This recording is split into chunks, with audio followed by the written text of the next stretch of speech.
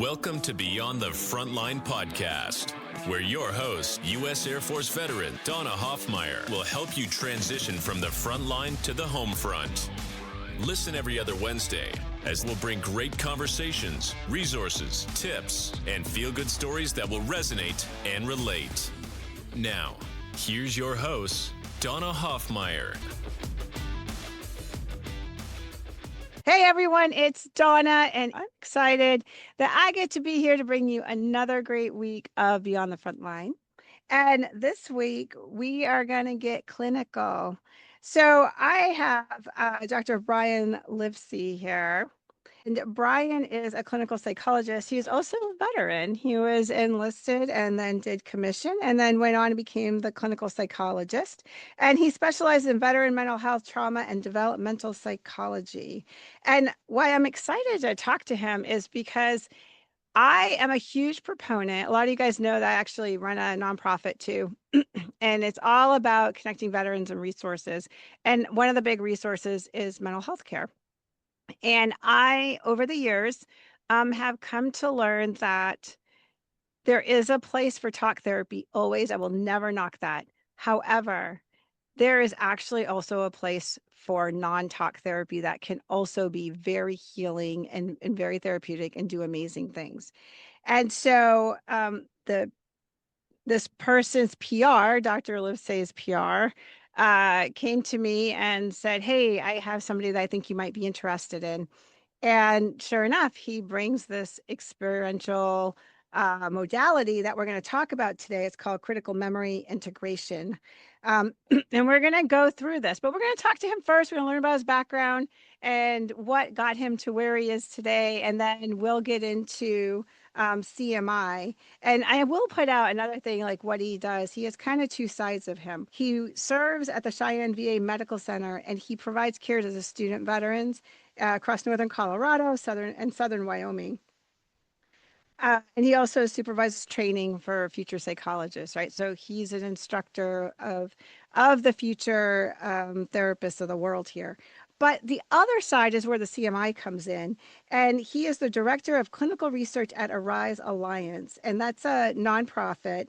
And this is where he started advancing this critical memory integration program with research and publications and programs. And it's all focused on PTSD, moral injury, and trauma. So I want you guys to take a listen to this because it's really important to know about all these modalities. And when you hear experiential, don't like freak out. It's not like it's Frankenstein or something like that. It's new modalities that as they've done research, they've come to develop. And we're going to talk about how you can potentially utilize this. Go talk to your therapist to see if it's a modality that they have learned about or be willing to learn about, and just kind of advance what we're doing today. So, Brian, you are here. Do you want me to call you Donna, Brian or Dr. Livesay? please call me Brian. I'm That's kidding. I know. Well, you knew that, but just everyone I meet for the first time, I give the bona fides, which I think help. A Yeah. little placebo in there, but then I say, all right, from here on out, call me Brian, because Yeah, I'll tune you out if I start hearing doctor this, doctor that. So I know. It's a street cred thing. That's why when I retired, right? I don't ever talk about what rank I was or any of that stuff. And people are like, right. you stay away from that. I'm like, because it's not important. It's not part of what I need to do. I need to talk to you and learn about you and Yes, that kind yeah. of thing. We need to Yeah. connect, and then we need to explore something important within that connection. That's what I It, think, and I think having a first name basis is a good start to that. that's perfectly said. Exactly. So you were a veteran. You came into the Army what year? When did you Oh my hop in? goodness. I think we got to go to the late aughts, like 2009-ish, Hmm. maybe 2010. It's like right there. I think my enlistment date was like January 2, but I was, as we all do with the recruiters, we spend some time, leading up to that. Mhm. So that's kind of where I start with my military career, I suppose starts there. There's a little bit of a preamble to that, which is I was in school at Idaho State in my undergrad. They had coaxed me to go there with a varsity football scholarship. So as one does when free school is offered, you show up. Right. Uh, and so I'm doing that. I'm doing that like I guess 2005, 6, 7, etc. While that's happening, my younger brother is he enlisted and he deployed, and so he's in Fallujah and Ramadi in 2005 and 2006. I think 2007, when things weren't great. Yeah. So I'm in the trenches, so to speak, on the field turf, going up against 300-pound linemen from Montana, which really pales in comparison to what the experiences my brother was going through. And I'm always aware of that. Like that's in the back of my mind when I'm not thinking about it, and it's something I'm thinking about. What should I be doing, and what should I be doing next? Because this football thing is, you know, it's going to last for a little while, and then I'm going to need more to do with my life. Right. And so that's really where the enlistment came in. I enlist and into the reserves. Very shortly after that, I set up a scholarship with the ROTC program on campus, and so now they're paying for more school, which is, if there's a theme that goes through this for our listeners, it's find ways to get your school paid for. I think a lot of our service members know that. On a side note, yes. Yeah, it's a great strategy. So I'm going through this program, and you know, I'm in the service. I'm drilling on weekends, and I'm doing these things as an enlisted, and then working toward eventually a commission. Um, when I do finally commission, now I'm that O1. I commission into the med service, and so now I'm really focused on how do we support our guys up front. That was my role, and to take on that med logistics officer role is really to see big pictures, to see what's working well, but to look for what isn't working well. And so Mm. I'm already in this sort of mindset of like, how do we improve the way, um, you know, our logistics move back and forth. We're supporting a cache, right? The hospital, we put the Right. hospital 3 days, and take it down in as many, and they need support. And that's what the multifunctional medical battalion did. And so that's what I was doing as an officer, and kind of developing this sort of awareness of how it is that we support our folks better. So it's a good mindset to have, I suppose, if we're, peeking into the future with what I'll be doing. Right. And part of what I was doing was applying to graduate school programs, which I did again at Idaho State. I kind of became sort of institutionalized as a Bengal. So anyone out there who knows where Pocatello, Idaho is, I'm talking to you. You know how it is there. So I get into grad school for clinical psychology, and I'm working simultaneously as a company commander during that time, among other things. As I progress through my training as a clinical psychology candidate, I am also now doing externships at the VA in Salt Lake. So I'm working at the Mm. Salt Lake City VA, and I'm working with the PTSD clinic team. And I actually was able to do that for about 3 years before I finally graduated and got my degree in clinical psychology. But during that time, I am embedded in what they call a PTSD clinic team. It's a team that's devoted to, again, supporting our veterans, our service members, now in this different phase of life. And so as I'm here, as I'm doing this, as I'm learning the ropes of this is our way of caring for our veterans. This is our way of using your good assessment tools and your good therapy tools, and this is the best we've got, so to speak. And this is how we do it. And I'm looking at it with that same critical mind of like, okay, but are we being efficient? Have we left something on the table? And I'm evaluating that in big pictures, but also, and I think more importantly, I'm evaluating that those questions at the level of these relationships that I'm developing. Now I'm still an Army officer. I'm still in, what do I say? I've said it before, uniform on weekends, then I'm sitting across from the veterans during the week. Yeah. In your externship. Yes. And so it's these relationships where I'm beginning to like see this level of like, hey, what's being left on the table? And I just begin to develop an intuition for how it is that I need to connect with folks. Start with first names, right? That's a good place to start. It also helps when veterans are working with veterans, when service members can, point to their, hey, I have these experiences too. And not only that, I have a connection to this role that goes deeper than the way in which it supports me financially or sets me up in my career. This is my mission. And folks pick up on that. And so there's like something really effective in the connection. And then the way I noticed that how that connection would often be attenuated, sort of weakened by the best practices. And so I was just very curious about that. So the things that we have to do and we're supposed to do as clinicians, you look at it and say you're supposed to hit these timings, you hit these benchmarks, make sure that if X, Y, or Z shows up in therapy, you address it, you know, HIJ kind of ways, and that's the best practices. Is it But more like is it more yeah, algorithmic, do you think? Like, there is, and it may be, let's be honest, you're learning this for the first time. You know, right. you're in training, and so much of what you're learning is falling into as best you can into ways, you know, these ways of knowing and learning and remembering, and then applying those the best you can. Okay, so there is an element of the algorithm that shows up as an kind of a, I don't know, like an artifact of the learning process itself. Yeah. Until you get Yeah, wisdom, right? If it's there's and no, that's how you develop wisdom. Yeah, yeah. I mean, it's a little bit of a different scenario, but I remember distinctly, we had a male nurse. I worked on an obstetrics floor for a while, and right, we had a male nurse that came to work with us to help backfill. We were short. right, And he was a new nurse on top of that, so right, and kind of like a second career. So he was older and had the wisdom of that, but he didn't have the wisdom of nursing and definitely obstetrics. And he was very careful, you know, because he's a male in sure. this female world. And we were going in for a delivery, and it's a checklist, right? You got to move this and do that and set this up and get it all done. One of the Hmm. things you have to do is position the lady Right, closer right. to, you know, the edge. And you could see his checklist going off in his head. And it was All just like, right. move lady, right? And he just went Yeah. up and just slid her down, and her eyes got big, his eyes got big. And Right, and I right, just kind of laughed because, you know, everybody was fine, and we moved on. But I talked to him afterwards, and he's like, it's just this checklist that I was right.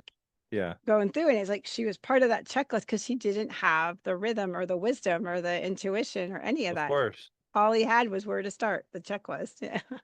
Well, I appreciate that story, Donna, because for so many therapists in training as they're going through, they experience some facsimile, if not in kind, at least like the sort of sense of I am bumping into this person's bubble and their personal, you know, comfort zone in such a profound way.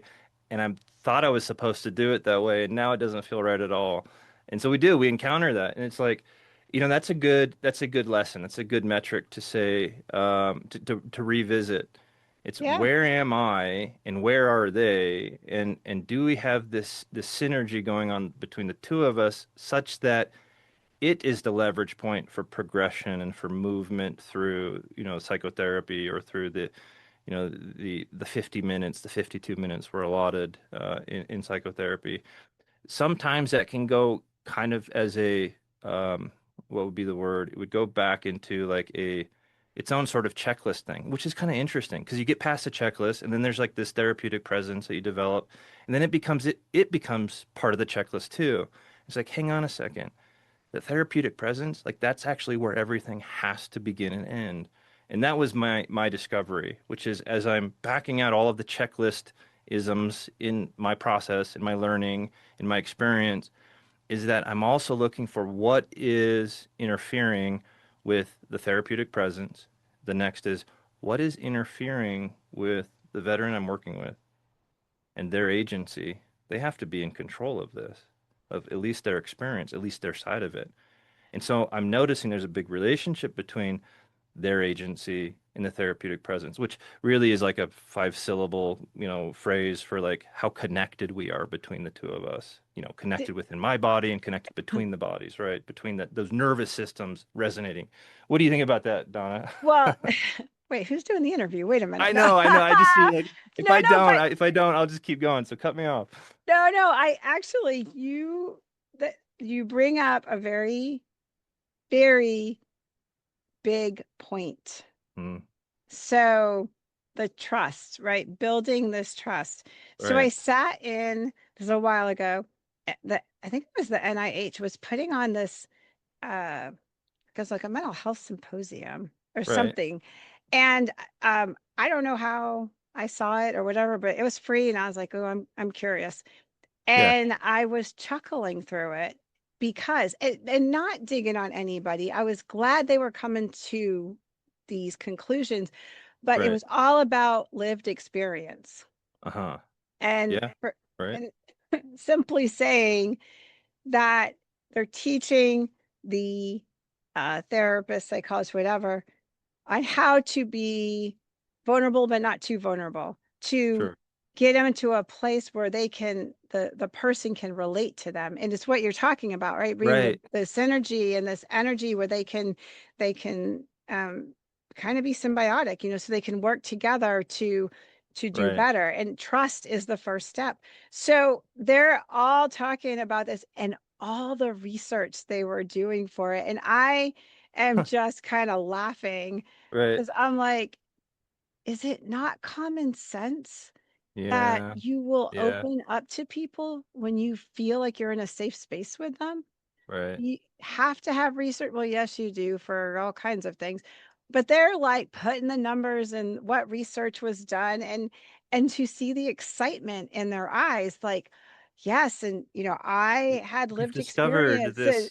and Yeah. I'm like, wow, like Right. maybe for because I was a nurse, that if we don't have trust, we're not Right. going Right. anywhere. Like that, it's not going to Well, work very well. So it was cute, yeah. but I think Very cute. Yeah. No, and there it's precious, right? Like it is I precious. appreciate I do appreciate the discovery of the thing that most every single mother knows intuitively when they connect with their infant, right? I Yeah. appreciate the researchers discovering this phenomena of Yes. nervous systems working together, coordinating to accomplish something like life, right? Life, which is important too, right? Yeah, and yet at the same time, you know what blows my mind? Hmm. It's still not fully there. I Yeah, just had a situation that yeah. um I I referred somebody Hmm. to not referred, but I said you need to go back to the VA. Hmm. They were under TRICARE and they needed to go under community care. So Right, they needed the VA to refer them right. back there for community care. And I said it shouldn't be an issue. You've been there for 2 years. You're at a pretty intense point. There's the trust, it's continuity of care. Those are the terms you need to build. Yep. Tell them, and they should be like, okay, got it. Nope. The Oh no. psychiatrist says, oh, you know what? We need to see you here. And oh, one of the psychologists is like basically one of my besties. She's really Mhm. cool. I think you're gonna love her. And I went, you've got to be kidding me. Why? I know the numbers. I get that. But what has to come first? The Right. person, right? Yep. And so I just hung my shoulders and we're still working that situation. But for the psychiatrist to assume they're in an intense moment to just Right. switch them to all new, I don't know where that thought process comes from. Well, and it's interesting. I don't want to speak to my psychiatrist, um, brothers and sisters too Yeah, that's not much, but across the board. It's just it no, it's happened. just it's like what is your worldview in treatment? And maybe that there's I mean, to put it simply, a disconnect from connection. Prescriptions are fairly impersonal sort of Yeah, uh, levers to pull for mental health and efforts to improve wellness. And so there may be something like, but like, look, to your earlier point, it's like this discovery, this symposium, and these researchers, and say, look, we have some ones and zeros that say dot dot dot, the thing that we all already know. And that not only do we all already know it, but if you look back, it's always been that way, and it's always had to be that way. We need to connect with each other to grow, to period. heal, to overcome. And where a medical model has brought in so much, it may be that it's left behind or underprivileged important things. And so we got to recover it. And that's what we're doing with the Rise and with critical memory integration is recover that that idea of connection. So I coined this term, which I tend to do because, why Well, let's not, right? We need a yeah, new let's word, talk right? about it. Like, I mean, Yeah, how did you were starting to say like how you were seeing this stuff in the VA, you were right. starting to put thoughts together. So explain what you were seeing and how CMI developed. So yeah, this idea, and I'm gonna come to this term, this little cliffhanger. We're gonna get to it here. This really interesting term for our clinician folks out there. But when I'm at the VA and I'm learning these things, and I'm developing a sense of my own intuition, my own understanding of my role and the people who are across from me, one of the things I discover is like the wisdom isn't necessarily on my side of the table. I mean, to some extent, I have some. But if we change the variables a little bit, is who has wisdom of whose life? Well, now it loads entirely on the veteran I'm working with. They are the expert Mm-hmm. of their journey. They are the expert of their inner world. Wow, what a humbling sort of recognition to not have to be, the person with the pipe and the, jacket, cardigan and elbow patches, the authority, so to speak. I don't have to be that. I have to be something, though. I have to be, here's the term, connectician. I have to be, for me, it's he who is available to connect and stay connected. And it requires something that I have to be connected within myself. And then beyond that is what can I extend as connection, as a resource to my veterans. And then they connect back. And then we've got this like triangle. We're each holding a sort of triangle that intersects between us. And in that space, we can explore them as the experts and me as this sort of like resource guide, if you will, this guide for continuing, to extend curiosity. Can you go further? Can you explore that? Can you expand on this thing? And watching them as they do. And it's like, okay, well, where's the therapy modality for that? Okay, I'm looking around and like, because this therapy modality seems to tell me that at the 5 minute mark, I've got to completely change the conversation to something else. And that doesn't really feel like this connectician idea. That feels more like a technician, somebody who's following a recipe and building this sort of therapy cake and say, hey, here's your cake and you can eat it. Well, turns out that they didn't really want that. That in fact, that maybe they needed to make the thing and to come up with their own sort of recipe for which I would have no clue, like no real understanding. Because again, it's their wisdom, it's their expertise. So I'm like, now, I did not articulate it so eloquently, if it was eloquent just now. I don't know. I'm not praising No, but myself for that. But it was I like think I was getting a sense of this early on. if I'm understanding it right, Yeah, you're the guide, right? Like I maybe relate it. I'm an analogy go nerd. for it. Me too. Yeah. I relate analogies, but I think about like my kids, right? So going from Right. uh, uh teenager, I mean like, preteens and Hmm. then young teen and now as they're transitioning into teen, we're not so much here's your structure you must do. We're now Right. stepping and being a guide and letting them make some decisions and go, is that the best choice? And letting them trip or Right. correcting the behavior like that behavior is not going to serve you.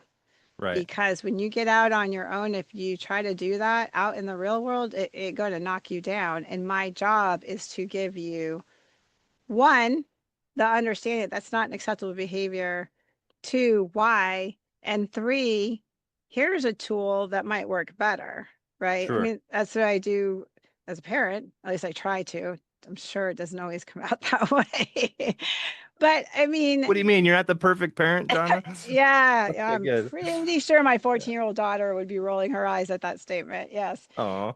But but I mean like that's to me, right? Hmm. If you are displaying behaviors, Hmm. right? And it's fight when we have these maladaptive behaviors, it's most likely whittled down to fear or shame or Sure. guilt or something, right? Some not Yeah. great Something feeling. rudimentary. Yeah. Yeah. Yeah. And that we don't want to feel like that. So we pick some other behaviors to try to dodge it, Yeah. Teflon it, whatever you want to say, right? And so I see that when going into any type of therapy, to me, the therapist is this collaborative element That's Right. like, okay, I see your behavior. You get to identify that's not that's a maladaptive behavior. Sure, sure. Discuss it, try to peel back to why, and then say, hey, here's a tool that you should try to utilize Right. Well, I want that to is more adaptive. I love what you're saying here, and it's so right on, and it's like for folks to really hear that, like this is a natural thing for everybody to go through, including Donna's kids. They It, experience this stuff. Like we're all in yeah, this set of experiences, which is we have, let's say, for example, difficult emotion related to some circumstance. And whenever we experience that, let's say that at that time of experience, we didn't have all of these tools to solve the problem, to manage the emotion, to navigate the scenario. And let's say for some folks that navigating the scenario, the situation, the experience was actually impossible. Like right, there was no recourse. Okay, so now what? Well, because we're such adaptive creatures, we're such adaptive beings, we find a way forward, we find a path. And we have all sorts of ways of doing it. We can completely shut down, we can get into our fight or flight, we could substitute an emotion that creates more energy for an emotion that is more like detaching, think anger for shame. Like all of these things could help, let's say, for example, a 3-year-old navigate an impossible situation. Well, here, like the story is, it goes on because that 3-year-old grows up, becomes a 30-year-old. And what that 3-year-old experienced, that 3-year-old brings forward into the 30-year-old's sort of repertoire of worldview and problem solving, et cetera, et cetera. And so there's, for me, you mentioned like adaptive and maladaptive. For me, I recognize something in the way that's, I'm using the example of the 3-year-old, the way the problem was solved to be this intelligent, and perhaps sophisticated strategy, best they could with what they had. And so from from that moment of perspective, looking at that moment in time, it's like what honor and grace and compassion I can give to that. I do try, though I'm often kind of reserved in how I appraise it because there's a dynamic in the relationship with that thing too. But when it carries forward, it's no longer working because now I'm 30 and now I've got my, life is good, etc., and I'm still doing this thing. Okay. Well, what does this mean? Well, this means that experience at 3 codified as memory, and you carry it forward in all the ways that memory carries forward. And there's a lot of complexity with memory. And right, so if we're going to work with this memory, the way it's showing up now, it may begin with something like, I mentioned the connection between the therapist and the client, but also like how it is we're seeing this stuff. Is it pathological? Is it diseased? Is it these things, et cetera, et cetera? Or is it this precious survival instinct that has persisted beyond its utility? And if I have a disposition like that and I say no words, guess who picks up on that? They do. They do every time. And it's like I can be safely an explorer of this thing because when I'm with Brian, he doesn't see it the way I see it. He sees it with something like warmth and affection and connection. And maybe they can't articulate that either, but that's what we're communicating. when you're That's what creating we're working toward. would it be fair to say Yeah. you're creating the safe space, right? You're creating that Yeah, yeah, environment to yeah. allow that. So this leads right into kind of where I want to go with this. Good. So now, I didn't intend that, by the way. We just maybe but got it lucky was that I good. let us. This is Okay. how they all work. I'm telling Yeah. you, it's all intuitive. So then you take that, right? So the 3-year-old, the 8-year-old, the 10-year-old, all these Right. lived experiences happened. All Right. these experiences happened, and like you said perfectly, they may not have had the tools at that time, right, to Sure. do that. Yeah. And then something happens like maybe they just know like this is not a safe life. This is not a safe space or whatever. And Right. then they're looking for that safety and structure, whatever, and they go do something like join the military, right? Because you've got Oh, yeah. structure and Yeah. a lot of people that have troubled childhoods and unsafe childhoods, chaotic Right. childhoods, find places like the military. I have Yeah. I have friends that are three-letter agents and stuff like that. And my Sure. daughter has expressed that. And they said, okay, she needs to be like really traumatized. I'm like, okay, I'll work on that. Like it's this running joke, right? And so they go in, and then the military, just by nature, Right. has to be some level of trauma, which sounds weird when we say that, but we have to know how to react under pressure. So Right. you can't do that unless you're creating those scenarios, right? And we have whole lots of layers, lots of levels, lots of opportunities for that to happen, Right. including the real world, like the Yep. real actual deployments, the things that we train for, right? So I'm leading up to all this, right? So then these people come out at some point, and I'll include first responders in this too, because like Hmm. they are our in garrison version of us, right? They're dealing with this also. I agree. And Yeah, and to some and extent they more so, right? Yeah. yes, oh Yep. yes. And they throughout their career, they may not have received these tools still, right? Because we're too Right. busy completing the mission, doing whatever we have to And do. everything's working fine. Like the Oh, tools that I yes. showed up with are Put working quotes. great. That's Yeah, right. I'm quotes. doing it. Thank you for the Yeah, air put quotes. quotes. Yep, Yeah. exactly. And so then they come out, and for the first time, they're kind of like breathing, right? And Hmm. then, of course, like anything, that's when all of a sudden, like, why are things not working so well? Or maybe Right. the trauma is so big while they're making coping decisions, alcohol or whatever that is, not Yeah. sleeping well, et cetera, et cetera. So what I've learned over the years from all you wonderful therapists and psychologists and psychiatrists is that um, they, once they come out or they have that moment to kind of breathe, and then they're like falling apart. So they don't necessarily have the tools, right? Because they were too busy completing the mission, doing whatever they needed to do, living life, raising families, yada, yada. Hmm. Then they have time. And now they're kind of like falling apart, or a partner's like, you're not acting right. I can't do Right. this. You're falling apart. This is too much, whatever. Something leads them to say, I need to go get some help. Right. And so where do we go? We walk right into the first thing that we're all told, go talk to a therapist. This is where I started developing this thought in my head over many years of working with service members and veterans, from the person trying to get them resources. I'm definitely not a therapist or claim to be or any of that stuff. This is just my Hmm. observation, is that some of them, the the trauma is so much Right. that talk therapy is re-traumatizing. And Yeah. so they're like, yeah, I don't want to do that. So then they're out. Like they don't. Yeah. So what are your thoughts on that? Yeah, I think it's interesting because it is a recognition of I don't have the tools for managing this. So I'm going to go to the toolsmith, whoever makes tools for these things. They call them therapists. I'm going to sit down with them and they're going to give me some tools for this. And then I sit down with the therapist and what they say is start talking. Okay, and then I start talking, but I'm also feeling, and that doesn't seem to be as necessarily as important as the talking. And so, what does that mean? Because I think I need tools for the feeling part too. That seems to be where the problems are.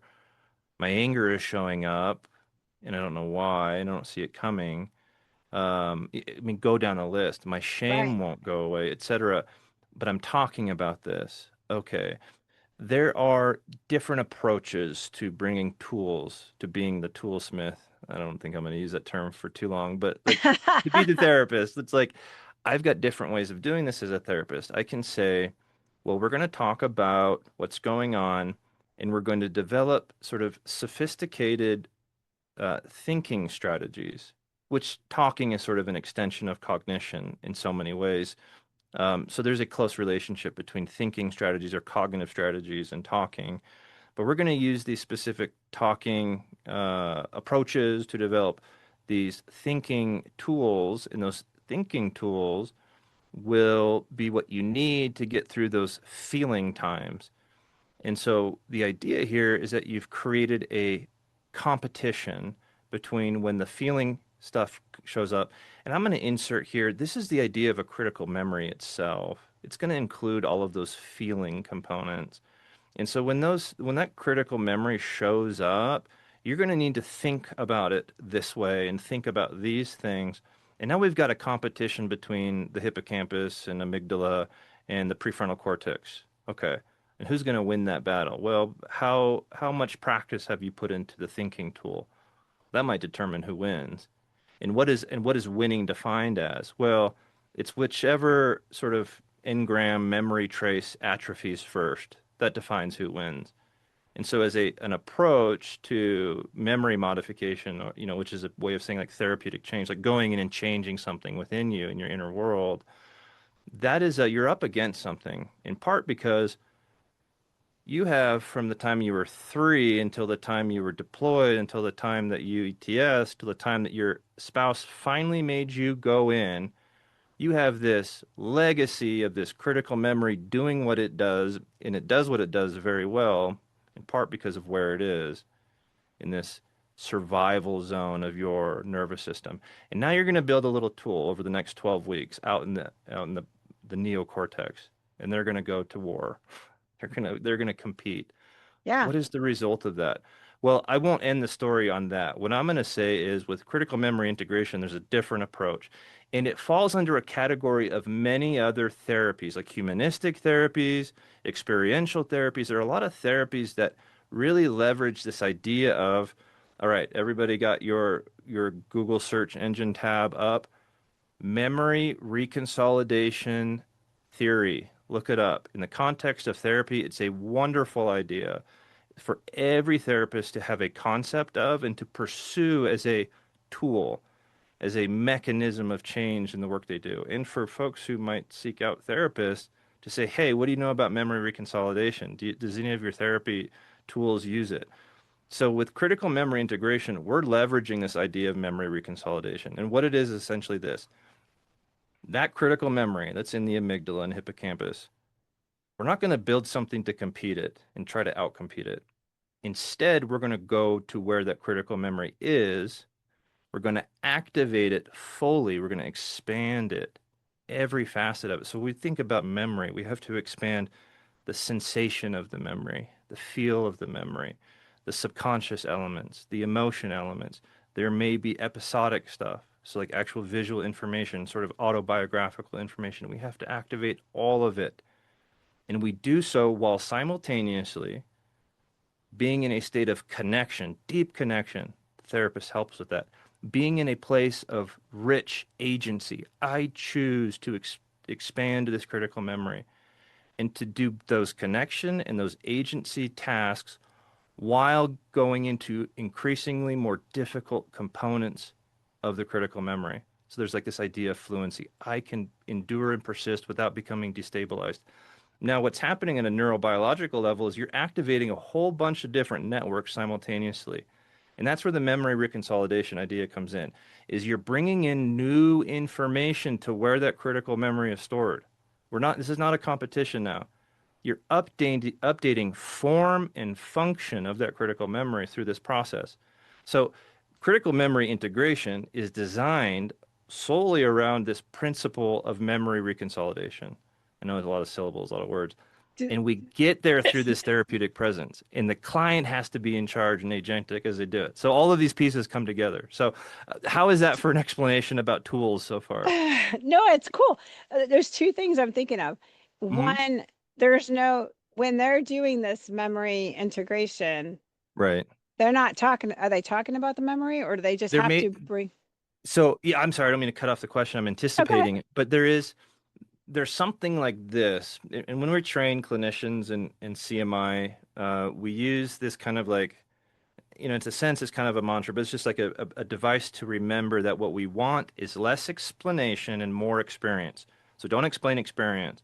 And that doesn't have to be like a rule per se, but as you move away from explanation deeper into experience, you're activating more of those networks. So there is times where using verbal labels, for example, about the emotion that's coming up and identifying it, labeling it is Okay. actually a good idea, just to kind of give a map, because I've given a real big picture. But if Yeah. I'm the veteran going through a therapy session with me as well. So I'm me in both scenarios. I don't know why I set it up this way, but imagine, if you will, I'm in two places at once. So wouldn't that be nice, Donna, to be in two places at Sure. once? Oh, Alex, Yes. sign me up, right? So I'm getting therapy, and what I'm doing is I'm engaging in the moment of sensation that shows up as I've shared my story with the therapist. And they invite me to explore it because I'm telling them what's going on. Life isn't going well at home. There's this and this and this, and all of this is coming up. And they invite me to slow down, to pause, and to explore the moment of sensation that's in my body right now. And I do that. And I notice there's a lot there. And as I explore it, they invite me to identify where it's showing up. And I say it's showing up in my belly. So they invite me just to place my hand right there, or maybe over my heart. And then I explore it some more. And then the next thing they say, they invite me to identify what I might call it. And I'll call it something like this pit in my stomach or this emptiness. And so they hold this container of emptiness in my stomach as I explore it in the context of it being a sensation. And I expand it. Now, what am I doing? I'm connected with the therapist. I'm connected with myself. I'm agentic. I'm deciding to do this. And there's this degree of fluency that begins to apply as I move into the difficulty of the sensation. And what we notice is, and there's a neurobiology element to this, but what we notice with our folks who are doing this is that as you expand a sensation, there's something like a trajectory of intensity where it tends to get more intense and then it tends to drop off.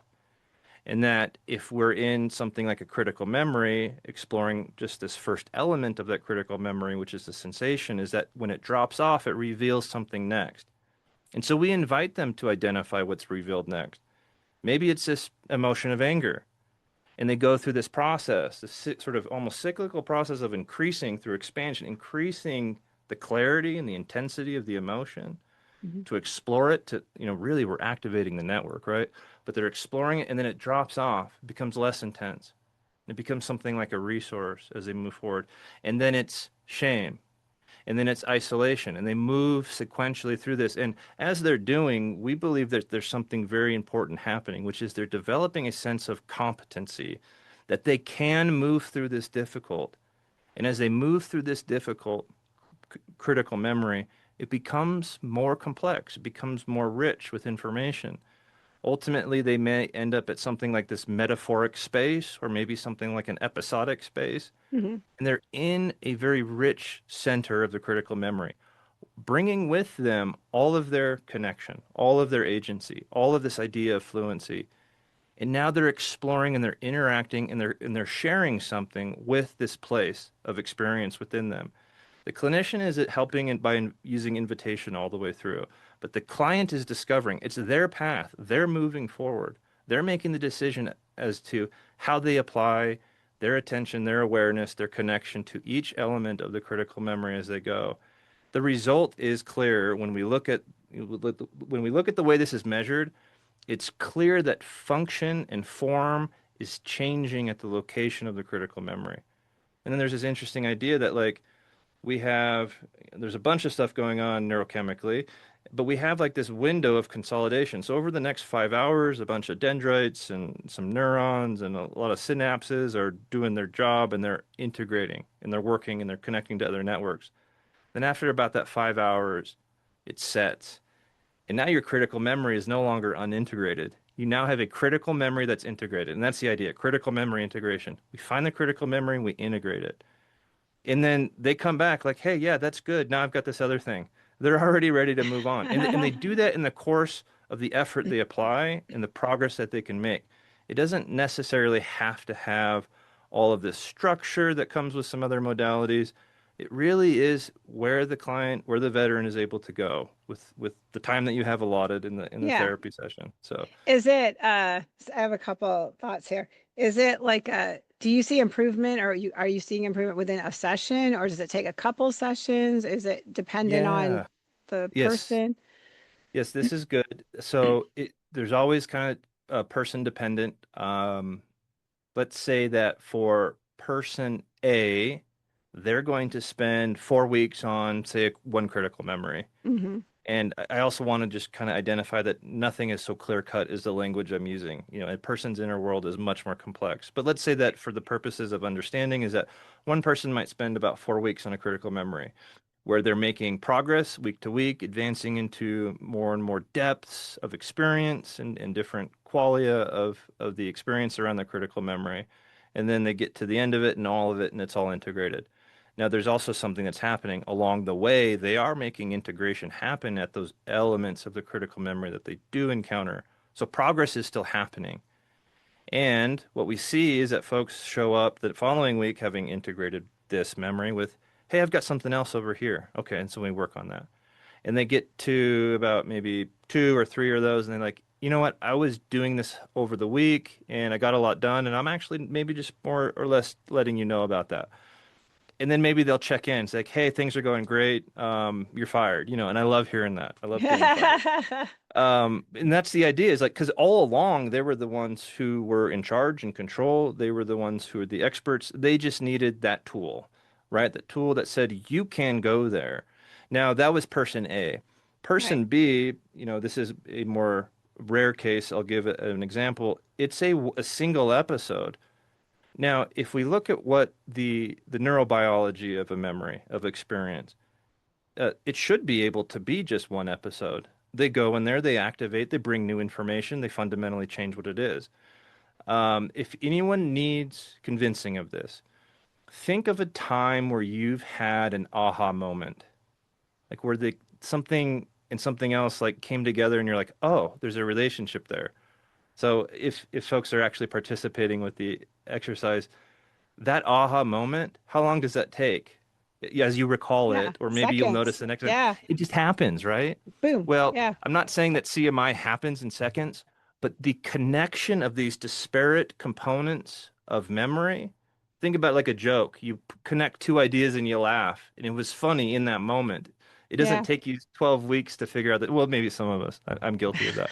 But but what you've done is you've made a connection between things, and that's the Yeah. way the nervous system it works. The nervous system is designed to work that way, and it's designed to be efficient, and it wants to organize these things. And when it doesn't, and when it can't organize these things, it lets us know. Sometimes we call those symptoms. I like to call them signals. Say, hey, that's a signal right there. You're getting upset in your conversation with your spouse when you recognize you shouldn't be. That extra emotion there, that's a signal that there's a critical memory somewhere that we got to go find. What do you say? Why don't we go do it? See that? I like that signals versus symptoms. I think that's good. How Yeah, how does this so what keeps popping in my head is EMDR. Like sure. how does this like what's the difference? I Yeah, like feel a little like compare and contrast. there's similarities Yeah. in there in what core memories and working through Right, it and that right. type of thing. So I'm not trained in EMDR. I have used it in research. And there's like a one session EMDR paradigm that we used Hmm. as a control for some research we did years back. I've read all about it. That tends to be my role is to like know things from afar. Yeah. I don't do all the trainings, but I'll say this about EMDR is that there is a component, there's an element within it that leverages this memory reconsolidation. Now, what I would say that CMI does different is that where I would put something like the eye movements. So Hmm. there's a role the therapist has to do Right. For with the the eye client. movement. Yeah, Yep. and that's meant to be sort of as directed from the therapist, a means by which they can help regulate different Y- sensations and emotions. Now, what really contrasts between EMDR and CMI is that we're not trying to regulate emotion or sensation, we're trying to expand it. And Yeah. then I'm not trying to sort of take over the client's connectability, that's our word in CMI, which is that idea of connection, or their agency by saying, follow my movement with your eyes, etc.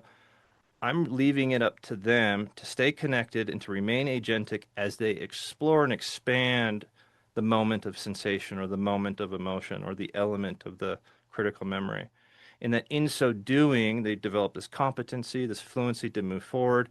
And that is actually very important because we're bringing in other networks in, we're bringing in necessary networks within their nervous system that need to be a part of the story for the integration. So there are differences. And in EMDR, what it does well. But Yeah. CMI is doing something very different. What you notice as a perhaps a similarity is this idea that we are trying to like modify the memory at its source. Yeah, that's the idea with memory reconsolidation. Yeah, the core. You're trying to get to that Yes, core memory. Yeah, exactly. I mean It's a good EMDR. idea. Yeah. Yeah, Yeah. yeah. I've seen EMDR. Hmm. I was lucky to be at a retreat where they were doing all kinds of modalities, and Right. it was mind blowing. But Yeah. just like equine therapy is mind blowing if you've seen it done well. I'm like, Oh yeah. what? Yeah. That, and this is what I espouse all the time. I tell people like, listen, if you don't like, if you're going to talk therapy and you're considering leaving, then talk therapy is not for you right now. Yeah. But there are other things. And it Yes. is your responsibility for the healing part. So go explore. Like it is okay if something like if post exposure is not a thing for Yeah. you or CBT. I always am amused by CBT because I'm just like, how do we change all these behaviors if we can't get them emotionally regulated? You gotta Right. Yeah, there's regulate like them some steps first. missing. Yeah, yeah. I'm like, how they're like, and again, not therapists. Just I just have way too many therapist friends and had lots and lots and lots of discussions, and that one Yeah. just always confounds me. I'm just like, how do you change your behavior when you're in survival mode? Like it Oh, doesn't that's a make great question. sense, Well, you know? it depends on what the behavior is. Like if it's Right. either fighting or fleeing, then that's an easy change. But if it's something sophisticated, like taking turns in a conversation, you're not going to do that in survival mode, Mm-mm. right? You don't change that behavior. You don't have access to the requisite sort of networks and systems and within the Yeah. the brain and the cortex and et cetera. You don't have access to that to make the changes. So if we're looking at tools, my and for folks out there who are I had an analogy and now I'm going to push it through because it's popped up again. When I go to the shoe store, does anybody go to a shoe store anymore? All I Oh know is no. that all I know is that there are some shoes that are there for me, and there are some shoes that are there for other people, and I can't just pick any. So if it's the wrong shoe, if it's the wrong fit, if it's the wrong occasion, keep looking, keep shopping around. I did a Google search, and I don't know how reliable these things are. I do kind of believe it though. Some number north of 500 came up for established therapy modalities. Now, these aren't like APA approved therapy modalities, but like Right. somebody's put together a coherent approach to helping somebody with their problems, and they've called it something. There's like 500 of those. So Wow. there's a lot out there. And it goes on and on. And it kind of breaks down into like categories. If there's a cognitive behavioral approach that's working for you, don't stop, keep going. Do it. If you Yes. feel like you're stalling out, say, hey, I heard this like don't explain experience idea. Do you have anything that'll help me experience? To explore what's going on at the sensation and emotion level. Ask your therapist that. Ask your primary care that. Be bold. Seek it out. Make a demand for it. We need more of it in our institutions, in the DoD, in the VA, and in our training programs. We need more experiential Do you approaches.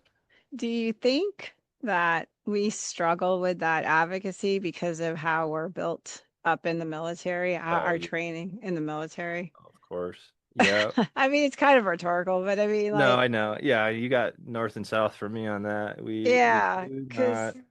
We do we're, not. Nobody's trained us to like speak up. It's shut up, right? Yeah, and your yeah, two emotions, you get issued or hungry and angry, right? We don't get right. much else, right? Yeah, it's But true. we're And really good so at those things, right? we're excellent at those things. And that's why like I really advocate hard for the advocacy part. Like, hey, if it's Right. not working for you, it is okay. Like, Yeah. really, it's And it's not okay. doesn't mean there's anything wrong with you. And you could be in any treatment. I don't, you pick any of the treatments. And if you don't have a relationship with the therapist or the Hmm. psychologist or the Hmm. LPC, whoever, it's not going to work. I mean, when Right. I was in the military, one of my jobs was connecting, we connected people to the medical care or mental health care that they needed. Right. And the job we were in, we kind of had some control saying, like, you're on these orders to get better. You have to go, right? Like you have Yes. to go get care. End of story.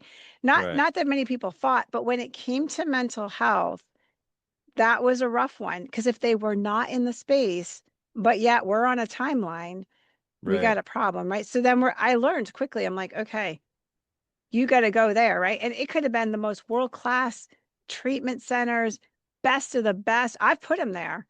Mm-hmm. And they come back and be like, I got nothing out of that. And you're just like jaw Oh, dropped because they yeah. were not in the space. So my approach was always like, okay, where where can we start? Because I might know you most likely need inpatient. But if they're not there, then can we do a step down version of IOP or a Right. PHP? Right. Right. Something Yeah. that Something that we could wraps around them a start. bit. Yeah. Yeah. Yeah.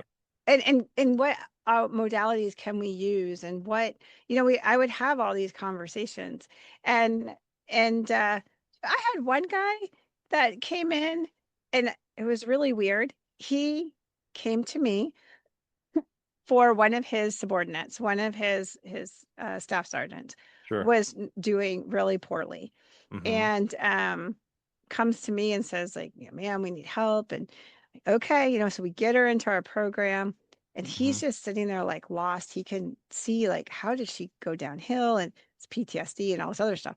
Right. Well, anyways, through our conversations, I start picking up that he also needs to go talk to somebody. But I'm Yeah. picking this up subtly, right?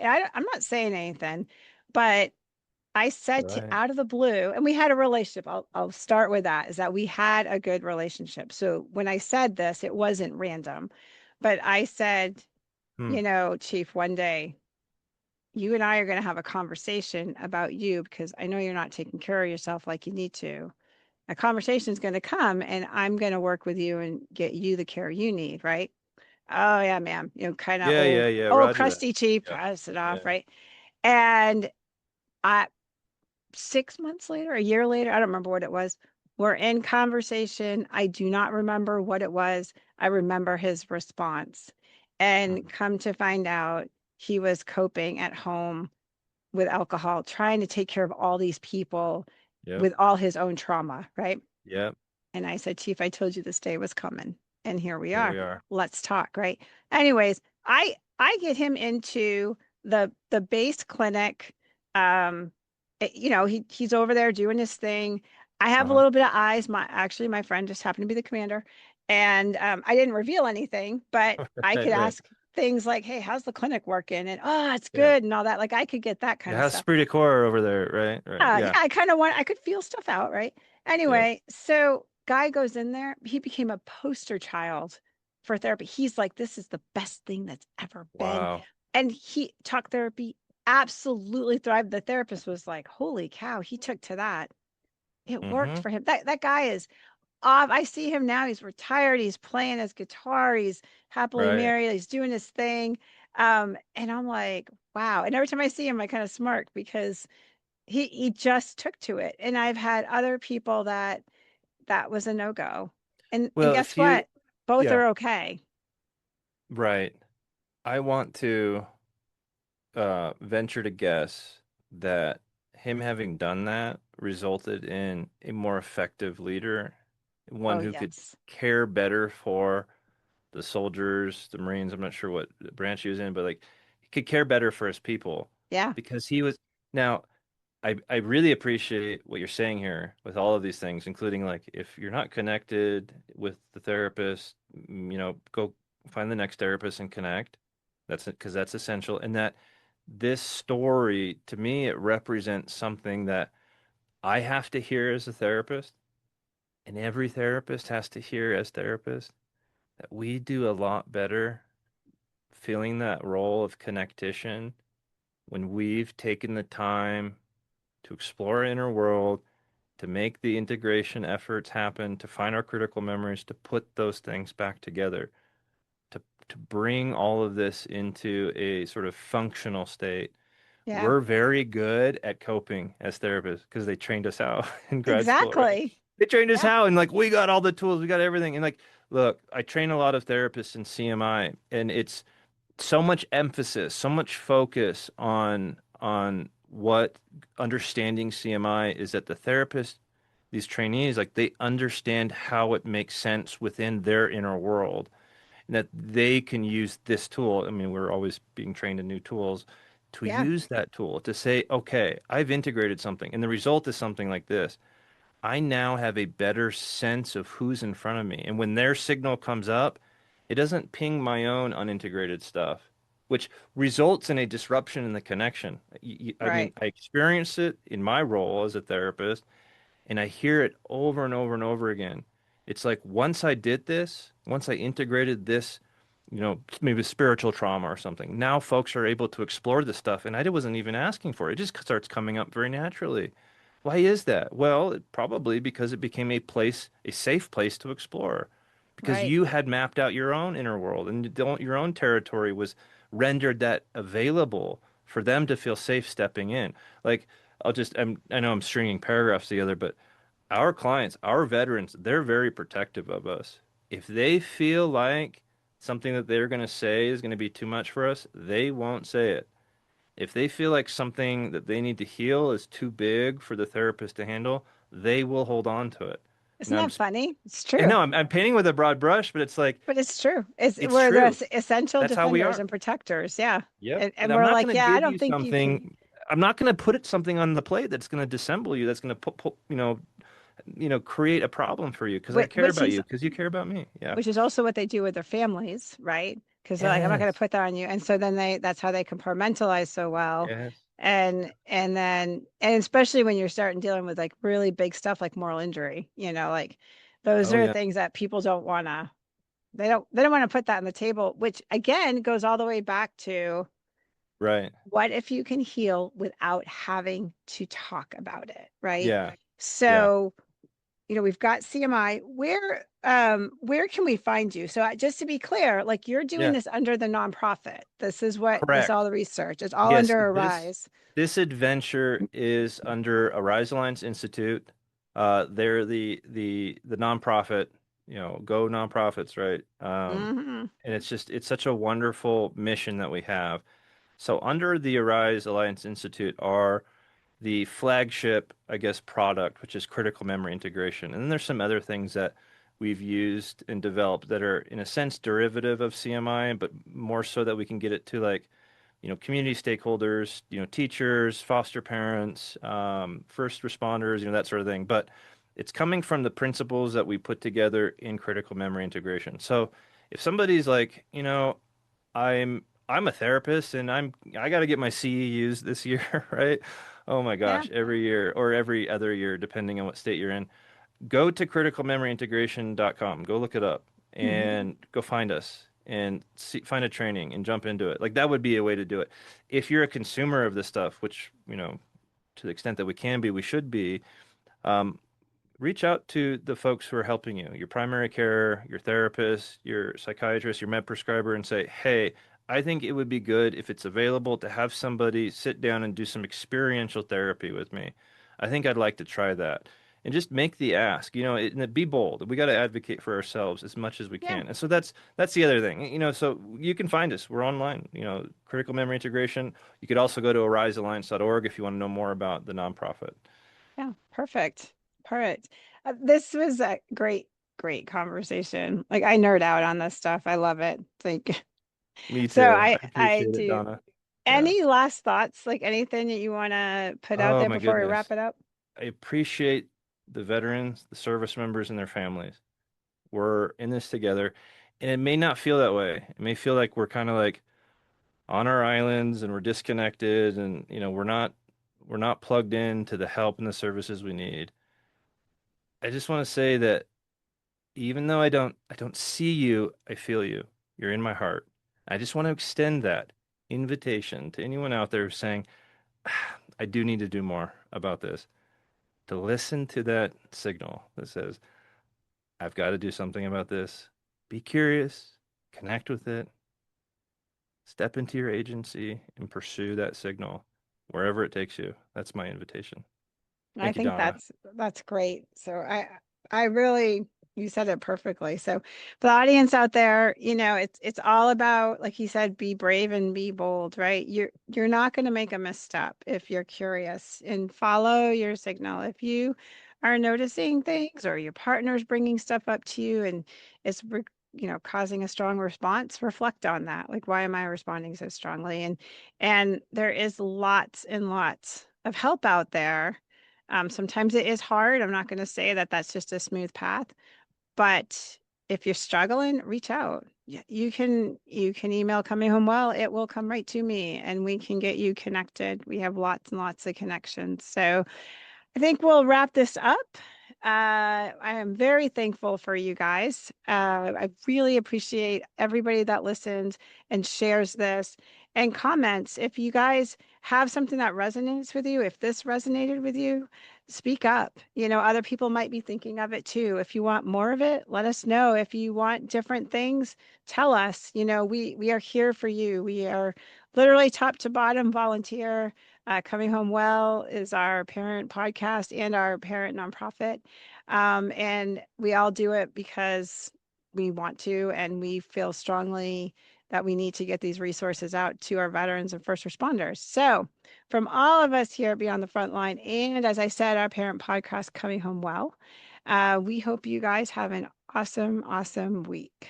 Thanks for listening to Beyond the Frontline, a podcast of Coming Home Well.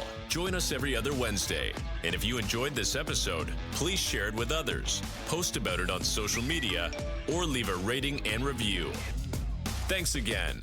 And until all are home and all are well.